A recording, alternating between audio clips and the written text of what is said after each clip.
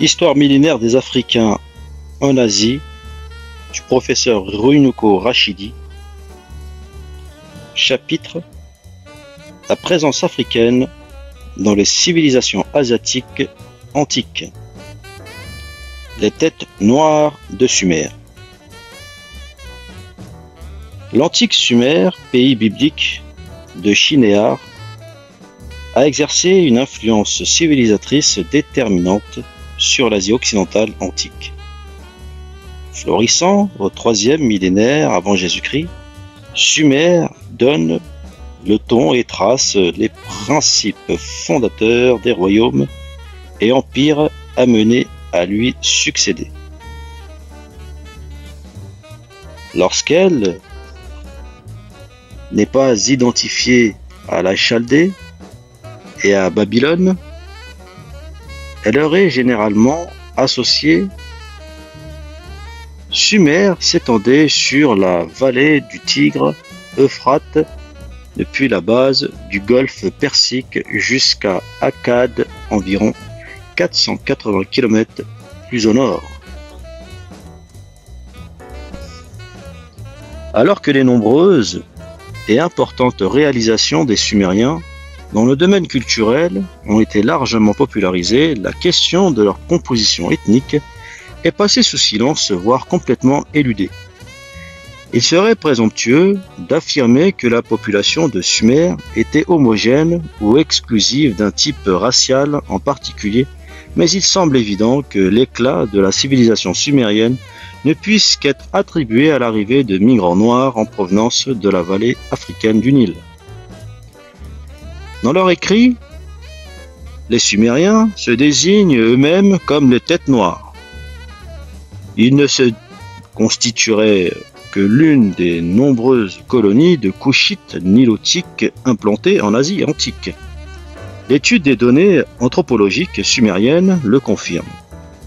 En 1926, puis en 1928, le Field Museum et l'Oxford University ont conjointement mené au nord de Sumer de vastes fouilles, au terme desquelles les déclarations suivantes ont été rendues publiques. Je cite. Tiré de Henry Field dans Ancient and Modern Man in the Southwestern Asia, University of Miami Press, 1956, page 84-85. Je cite: les anciens crânes historiques hyper-dolicocéphales proviennent de Jemdet Nasr, à 29 km au nord-est de Kish et de la fosse Y de Kish. Le front est fuyant, les sourcils toujours proéminents et les pommettes assez éloignées. Le nez est épaté et dans certains cas s'affaisse en platyrinie aiguë, bien que la face ait rarement survécu. C'est le type décrit par Sergi, Gufrida Ruggeri et Flore. Il est surnommé type eurafricain. Fin de citation.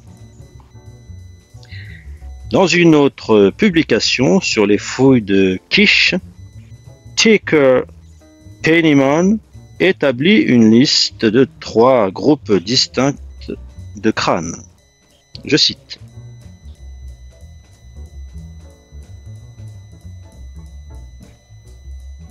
En premier lieu, on rencontre l'œuf africain,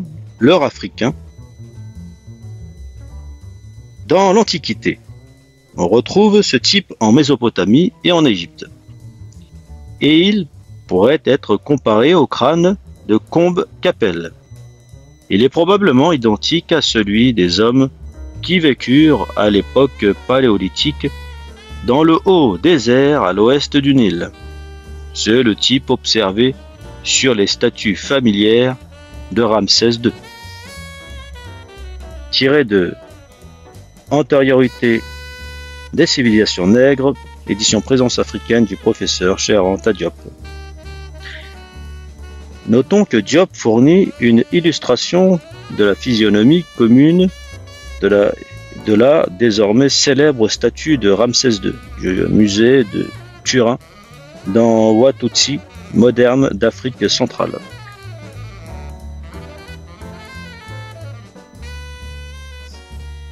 Je cite, tiré de T.K. Pennyman dans I Know the Inhabitants of Kitch Before the Great Flood.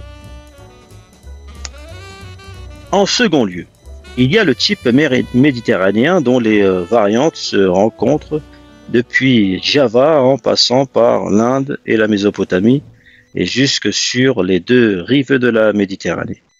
Ces populations ont une stature moyenne, un teint de peau et des cheveux semblables à ceux des Nord-Africains, race avec laquelle ils ont aussi en commun des yeux noirs et des visages ovales.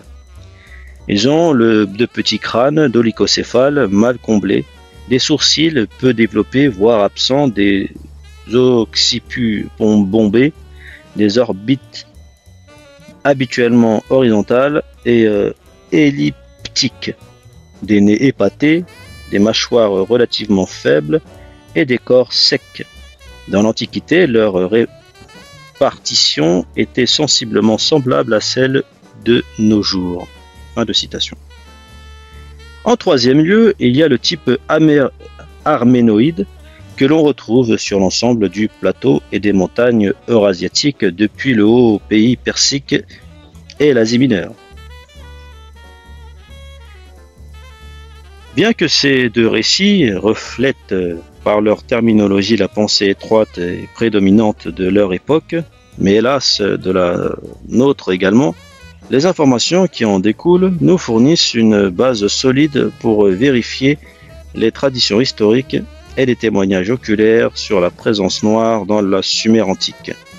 On ne décèle aucune différence au réel entre d'un côté les crânes euro-africains et méditerranéens mentionnés dans ces déclarations et de l'autre les crânes des Africains ou des Asiatiques noirs modernes. Cette donnée, bien que limitée, ne laisse planer aucun doute quant à l'identité raciale des premières populations de la région. Sur les 14 crânes de la fosse Y que Piedmont a examiné, à Kish, 2 ont été décrits comme brachycéphales, 8 dolichocéphales eurasiatiques, 2 arménoïdes et 2 autres entre eux encore comme résultant d'un métissage. Buxton et Rice ont étudié un groupe de 26 crânes composés, selon leur propre description, de 17 euro-africains, 4 arménoïdes et 5 méditerranéens qui, toujours d'après leur description, seraient heuristiques. Contre toute entente, et conclut ne déceler aucune trace d'habitants négroïdes, c'est-à-dire des Africains. Nous avons heureusement toutes les compétences requises pour tirer nos propres conclusions. La seule qui s'impose étant que les termes désignant les types précédemment décrits sont des synonymes ethnocentriques qui caractérisent en réalité des populations noires.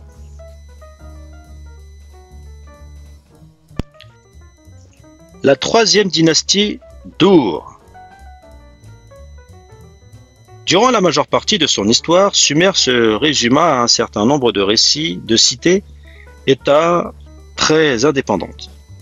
Chacune de ces entités possédait un centre urbain relativement vaste autour duquel étaient disposées des villes et villages satellites plus petits. Cependant, les cités et États sumériennes se sont périodiquement coalisées pour former des royaumes unifiés et puissants dirigés par des chefs provinciaux dotés d'un statut divin. Il en était ainsi sous la troisième dynastie d'Ur. Quoique n'étant pas la plus ancienne des grandes cités sumériennes, Ur fut vraisemblablement la plus importante. À son apogée, elle couvrait plus de 10 km², ce qui est assez considérable pour l'époque. Mais même si les sources écrites mentionnent l'existence de cette cité jusqu'en 440 avant Jésus-Christ, la troisième dynastie est sa période la plus représentative. Elle a existé pendant près d'un siècle, de 2112 à 2015 avant Jésus-Christ, est connu le règne de 5 souverains brillants qui ont élevé Our au rang de grand empire. Les souverains de la troisième dynastie d'Ur prenaient les titres de roi de Sumer et d'Akkad. Ce n'était pas la première fois qu'une cité-d'État sumérienne réussissait à englober les régions alentours. Sous le règne de puissants gouverneurs, Gudea, entre 2142 et 2122 avant Jésus-Christ, Lagash avait subjugué Suse, ainsi une grande partie de l'Élam.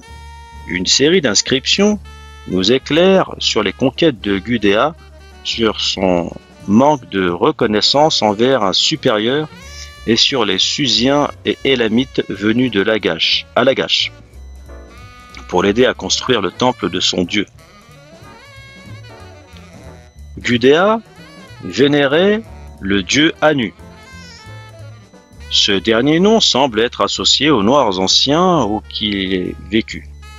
En dépit de la pénurie de pierres, l'époque classique sumérienne fut une ère de projets de construction colossaux où chaque principal centre urbain érigeait un grand nombre d'énormes structures à niveau en briques appelées ziggurats.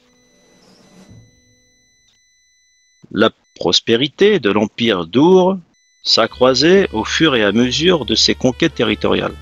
Malheureusement, sa base était très fragile. La coalition qui constituait le royaume de l'Empire n'était pas suffisamment soudée et il ne semble pas y avoir eu d'efforts pour mettre en place une véritable centralisation régionale de long terme. De plus, après des décennies de surexploitation des sols, la productivité agricole de la majeure partie de Sumer s'était gravement réduite, ce qui eut pour effet de renforcer une dépendance vis-à-vis des produits alimentaires cultivés dans les provinces septentrionales de Sumer et d'Akkad. Et pour couronner le tout, l'afflux ininterrompu de peuples indo-européens et sémites au cours de la seconde moitié du troisième millénaire avant Jésus-Christ commençait à isoler Sumer et à sérieusement remettre en question non plus la seule domination sur la base de Mésopotamie, mais jusqu'à son existence même. Les grands souverains de la troisième dynastie avaient jusqu'alors été en mesure de maintenir à distance raisonnable ces tribus nomades et semi-sauvages, mais vers la fin du troisième millénaire avant Jésus-Christ, la digue était sur le point de céder.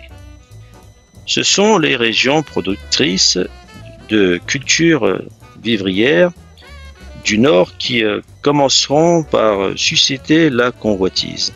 Ensuite, par des assauts violents, des intrus soumettront les Sumériens à des vagues successives d'attaques éclairs grâce à une domestication ancienne du cheval, créant panique et famine dans les cités-États fortement peuplées du sud. Les Sumériens surnommeront ces tribus vagabondes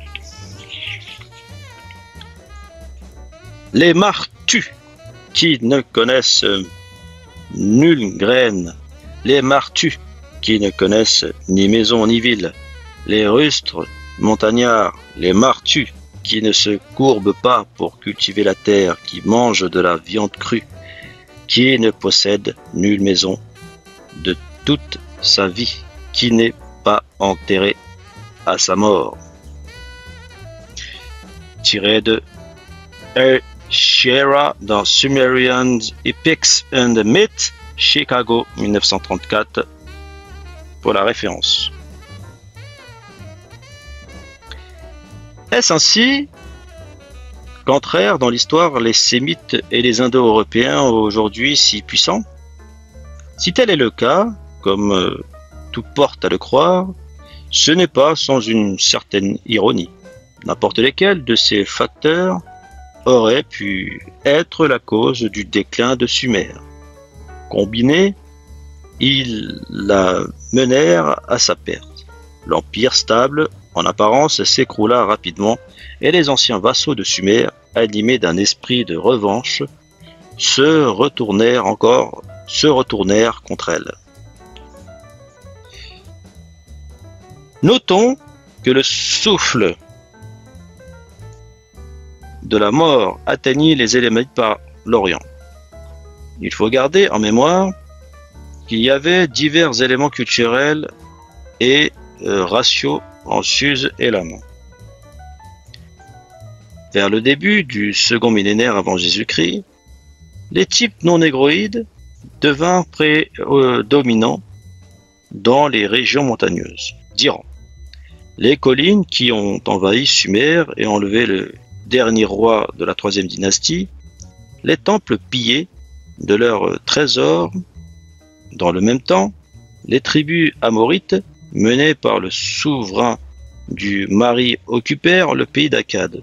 Ce désastre marque la fin de la suprématie politique de Sumer en Mésopotamie. Les territoires de la troisième dynastie se désagrégèrent en cités-États tels que Ishin et Larsa. Les empires de Mésopotamie successifs jusqu'aux Perses furent tous dirigés par les Sémites.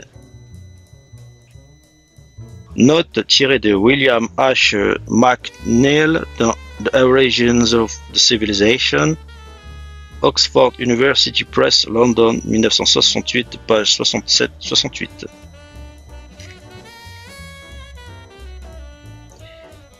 Vers 1700 avant Jésus-Christ, les têtes noires de Sumer qui avaient dominé la Mésopotamie centrale 1000 ans durant et avaient posé les fondations de toutes les civilisations proche-orientales à venir avaient dans leur essence été rayées de l'histoire. Le peuple des têtes noires avait été enseveli par les vents. Notons que le peuple des têtes noires a été enseveli par les vents. Le peuple gémit, couvrant Our comme un vêtement, l'enveloppement comme du lin. La tempête furieuse s'est abattue sans s'arrêter. Le peuple gémit. Dans les boulevards où les têtes étaient célébrées, ils furent violemment attaqués. Dans toutes les rues où ils avaient coutume de se promener, gissaient des cadavres. Sur les places où avaient lieu les festivités de la terre, le peuple fut impitoyablement terrassé. Les mères et les pères qui ne quittaient pas leur maison furent vaincus par le feu. Les jeunes, gissant sur le sein de leur mère, furent tels des poissons emportés par les eaux. Les mères qui allaitaient, leur poitrine fut forcée. Les têtes noires où que se tournait leur tête ont été emportées. Lamentation tirée de Lamentation over the destruction of her de Samuel Kramer et Archaeological Studies No. 12 Oriental Institute, Chicago University of Chicago Press, 1940 pour la référence.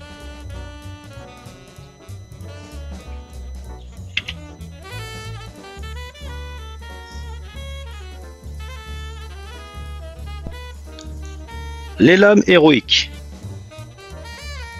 Élam est la première grande civilisation de l'Iran. Elle avait de nombreuses affinités avec Sumer et partageait avec cette dernière sa frontière orientale. Le pays était divisé en deux parties. Anshan et le nord montagneux et la Susiane avec sa capitale Suse au sud. Il semble que les premiers Élamites aient nommé leur pays Ansanz Susunka. Selon toute vraisemblance, le terme Élam fut introduit par les premiers auteurs hébreux.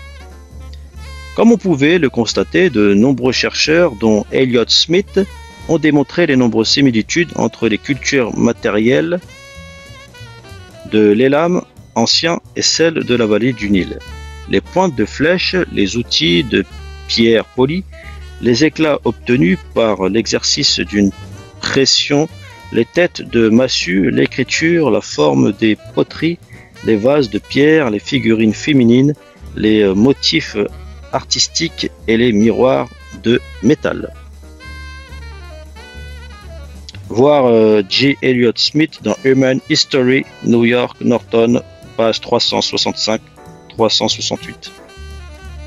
À l'instar de leurs contemporaines de la vallée du Nil et de la majorité des femmes des sociétés noires antiques, les femmes de l'Élam jouissaient d'un statut important, qu'elles soient déesses ou simples mortelles. La sphère d'activité de la femme élamite n'était pas restreinte au foyer.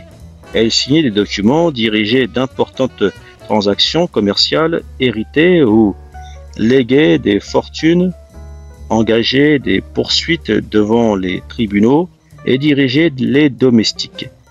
Dans les anciens documents élamites, il est souvent fait mention des mères, sœurs et filles du souverain. Des témoignages en notre disposition révèlent le caractère matrilinéaire de la succession royale. Le spécialiste de l'Élam, George C. Cameron, attire notre attention sur Kirisha, une forme de déesse mère. Il soutient que les centaines de statuettes d'argile de cette déesse retrouvées dans le lit des fouilles à Suse mettent à jour celle qui était le véritable objet de vénération du peuple élamite. Dans un ouvrage remarquable intitulé The Lost World of Elam, Walter Hines corrobore les arguments de Cameron en ces termes. Je cite: La place d'honneur dans ce monde est occupée par une déesse, ce qui est typique de l'Élam. Le traité précédemment mentionné est introduit par l'appel suivant: Écoute, ô déesse! Pinikir, écoutez, ô Dieu du ciel!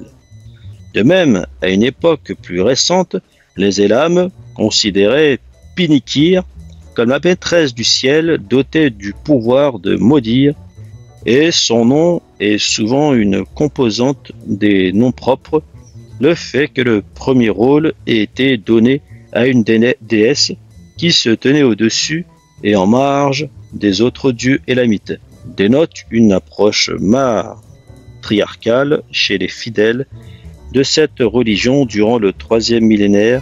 Ces grandes mères des dieux dominaient encore le panthéon élamite.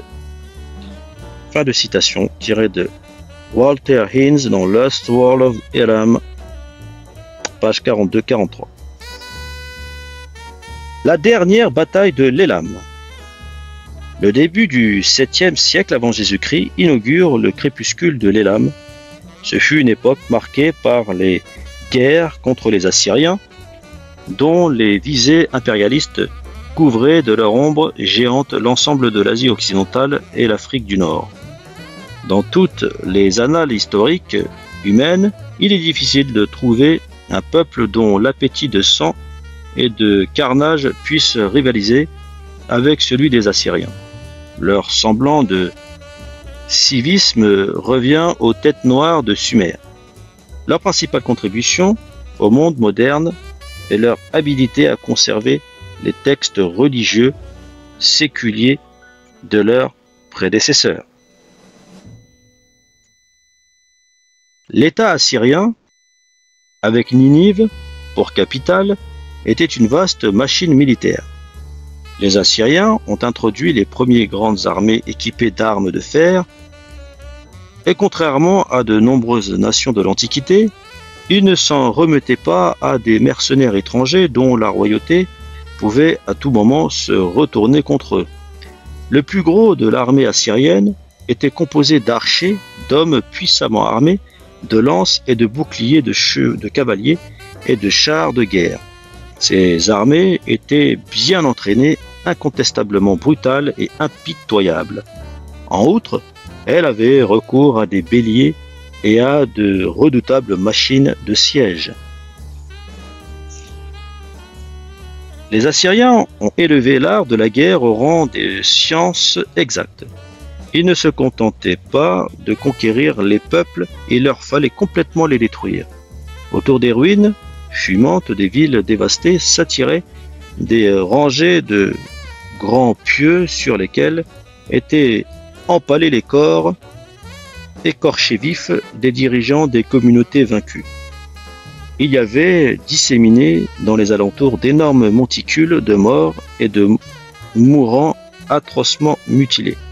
Les survivants d'un tel holocauste étaient déportés vers d'autres régions sous contrôle assyrien. C'est sous le règne d'Arsubanipal, entre 669 et 626 avant Jésus-Christ, que les Assyriens atteignirent leur apogée en matière de destruction. En 667 avant Jésus-Christ, l'Égypte était envahie. En 663 avant Jésus-Christ, elle était à nouveau envahie, mais cette fois avec Assurbanipal en personne à la tête de ce qui devait ressembler aux légions de l'enfer. La campagne égyptienne fut dévastée, ses splendides cités pillées. À Thèbes, les nombreux temples magnifiques, dépositaires de la grandeur d'autrefois de l'Égypte, furent saccagés et réduits en cendres. Sur le chemin du retour vers Ninive, Arsubanipal assiégea la grande cité phénicienne de Tyr. Pris de panique, le souverain de Tyr envoya sa propre famille chargée de lourds et riches présents à Ninive. Il envoya également sa fille pour le harem d'Arsubanipal. Après la conquête de l'Égypte et de la Phénicie et les victoires sur d'innombrables petits États, les Assyriens tournèrent leur regard vers Élam. L'Élam était un État redoutable, dans son bon droit, et qui avait souvent semé la terreur dans les régions du Proche-Orient. Elle avait longtemps contesté les ambitions territoriales des Assyriens. Prenant l'initiative, elle porta la guerre aux portes de Ninive. La Syrie déploya tellement d'énergie dans sa guerre contre l'Élam que l'Égypte réussit à regagner son indépendance en 665 avant Jésus-Christ. À toute autre époque, Arsubanipal aurait levé une armée pour mater la révolte, mais l'effort de guerre contre l'Élam était devenu tellement intense et harassant que les Assyriens durent se résoudre à abandonner l'Égypte pour conserver l'Asie. En 639 avant Jésus-Christ, après une résistance prolongée, Suse fut écrasée. Sa Sigurate détruite et la famille royale envoyée vers son nouveau destin à Ninive. Les Assyriens firent de Suse un exemple. Durant 25 jours, leur armée marcha sur les restes de la ville, disséminant du sel sur les ruines. Les bêtes sauvages, déclara Arsubanipal, sont désormais ses seuls habitants. Il ne pourrait y avoir pire humiliation pour un peuple conscient de son glorieux passé. Voir D.D. Lucan Bill dans Ancient Record of Assyria and Babylonia, volume 2, page 309-312 pour la référence. Bien que leur capacité soit sérieusement réduite après la dévastation de Suse, les Noirs de l'Élam sont demeurés un élément régional important. Et Hérodote les retrouve sous les traits d'auxiliaires perses lors des guerres médiques.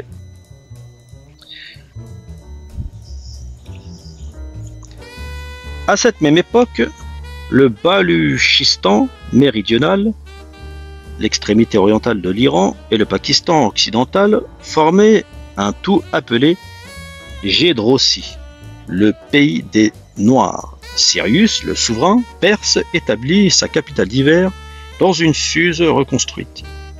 C'est dans cette ville devenue perse que résida également le prophète biblique Daniel. Aujourd'hui encore, cette ville abriterait le tombeau de ce dernier. Au nord, en dépit des incursions anciennes et ininterrompues de divers peuplables nouvelles et de la défaite décisive face aux Assyriens, les anciens Élamites de Suse se considéraient comme un peuple agressif et très avancé, ayant développé leur pays et l'ayant défendu contre d'incessantes tentatives de conquête. À l'instar des Sumériens de Mésopotamie, ils établirent un modèle de civilisation que les royaumes et empires qui leur succédèrent ne purent qu'imiter. 2500 ans après son ultime bataille défensive, il subsiste des témoignages sur les vestiges de cette colonie couchite appelée Élam et dont le centre était situé un pays susien.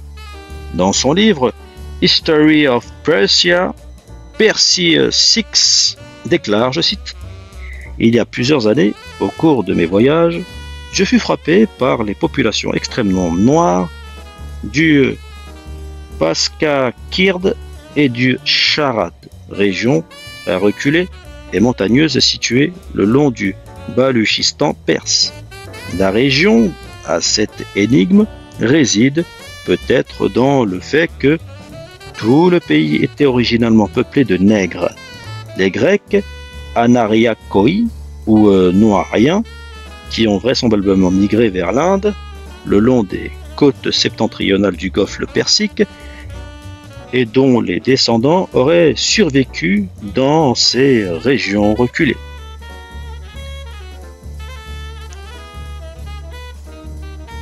Massey décrit ce groupe qu'il nomme Lumluns, donc Lumluns, comme anthropologiquement de même nature que les Bishari de la région frontalière entre l'Égypte et le Soudan.